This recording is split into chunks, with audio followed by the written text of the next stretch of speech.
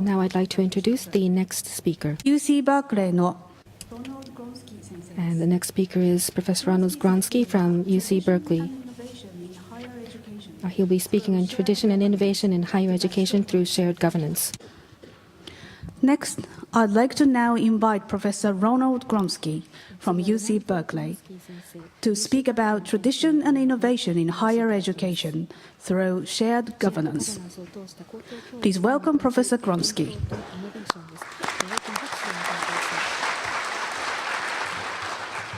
Arigatou gozaimasu. Wasn't that a wonderful presentation by my colleague, Professor Grimson? I want to say that MIT sets a very high standard for academic excellence and for the way in which undergraduate education will progress in future. I can give many examples from Berkeley as well, but I think in the interest of addressing all facets of this symposium, I would also like to share a few words with you about how we might bring about such momentous change. And what I'd like to try to do is to give you some idea of how we have been attempting to do this at Berkeley, a completely different type of institution, a public institution, and how we do this, as the title suggests, through shared governance. First, I'd like to give you just a little more background on who we are at Berkeley. We are called the University of California at Berkeley, and that is because we began as the central campus for what has become a very, very large institution. The institution is known for its traditions. We began in 1868 by an act of the Congress of the state of California, and it's called the Organic Act. Has some interesting words here, as you can see. Called the University of California, even though it was created primarily to provide, as you can see here, training in agriculture and the mechanic arts. When we began, we were 3 schools, a college of mining, a college of mechanics, and a college of civil engineering. That was back at the time when engineering was known in 2 subdisciplines, civil and military. Today, of course, we have many, many facets in engineering, but let me show you the first graduating class of the University of California. There was no gender balance, and you can see there was a preference for bow ties. Today, the University of California is massive. All 10 campuses, 220,000 students, as you can see. 170,000 faculty and staff, 3 national labs, 6 medical schools, and over 1.5 million alumni. Now, that's a very, very different perspective.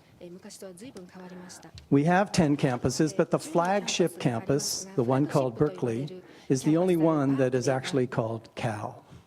We retain that name. Now, a little bit about the University of California at Berkeley.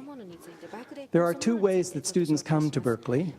One is by applying as freshmen at the undergraduate level, and the other is transferring in as junior level students. This is because of a grand scheme called the California Master Plan that educates all of the citizenry of the state of California in ways that allow all eligible students a university degree. They may begin at community colleges or the state college system, but if they do well, they can transfer into the university at the junior level.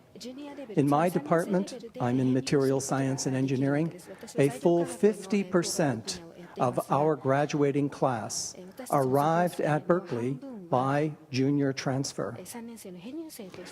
A little more about our students. At Berkeley, we have a very large number of undergrads, 26,000 at the undergraduate level. Now, mind you, we are not just an engineering school. About 13 to 15% of what we do on the Berkeley campus is engineering. We have 10,000 graduate students as well. We are expanding at our against our elastic limit, to use an engineering perspective here. We really can't grow much more. We are physically confined. The students who come to the University of California primarily come from California. And there's a political reason for that, because we began as an institution that was funded by the state of California. 10% of our students are American students who come from other states. That's what's called a non-resident U.S. student. So they could come from the state of Nevada and literally drive to campus. It's a few hours drive, but that commuting type non-resident student is also seen at Berkeley.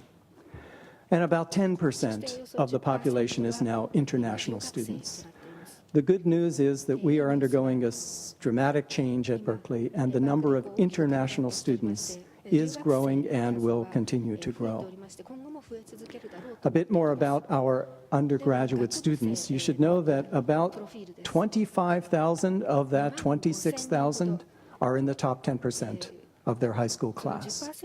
So there is a very, very high bar for admission standards at the university. I don't joke about this anymore, but I'm pretty sure I could not have gotten into the University of California, Berkeley.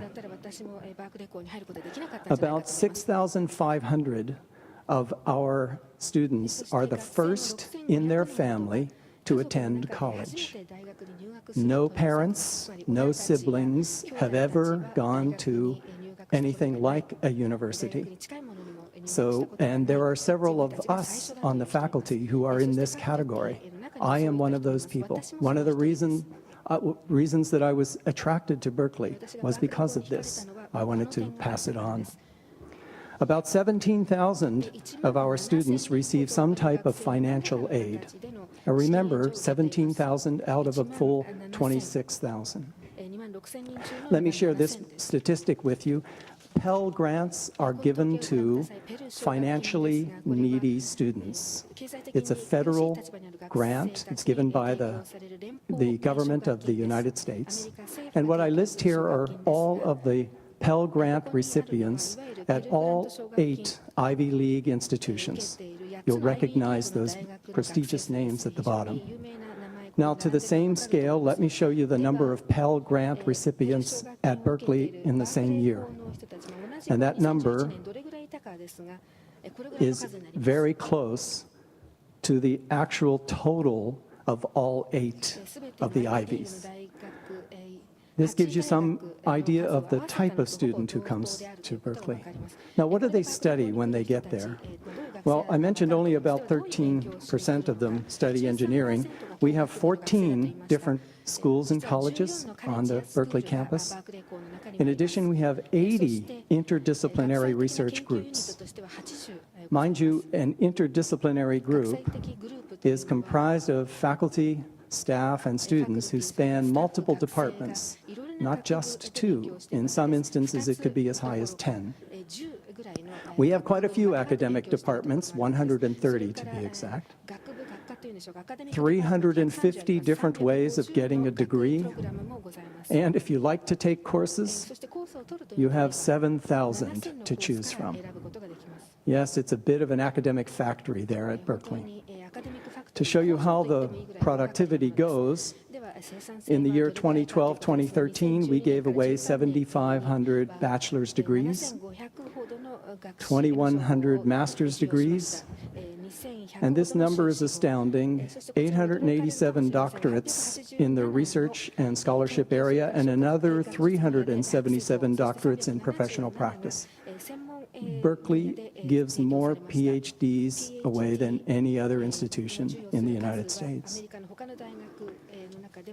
Now, one important part of this engagement that allows us to carry on tradition and seek innovation is to involve the international community.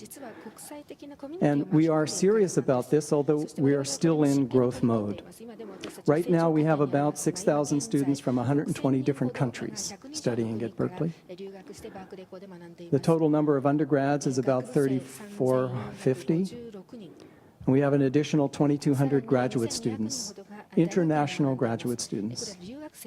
It's better even in the postdoctoral level. The number of postdoctoral scholars who come to study at Berkeley is large and growing every year, and of those postdocs, 60% come from overseas. I find a very, very rich engagement with my colleagues on the Berkeley campus. 40% of the Berkeley faculty were not born in the United States. So again, we have a very large faculty, but we also have a very diverse faculty. The faculty has about 1,600 full-time members and about 500 part-time members. Now, how do we engage in this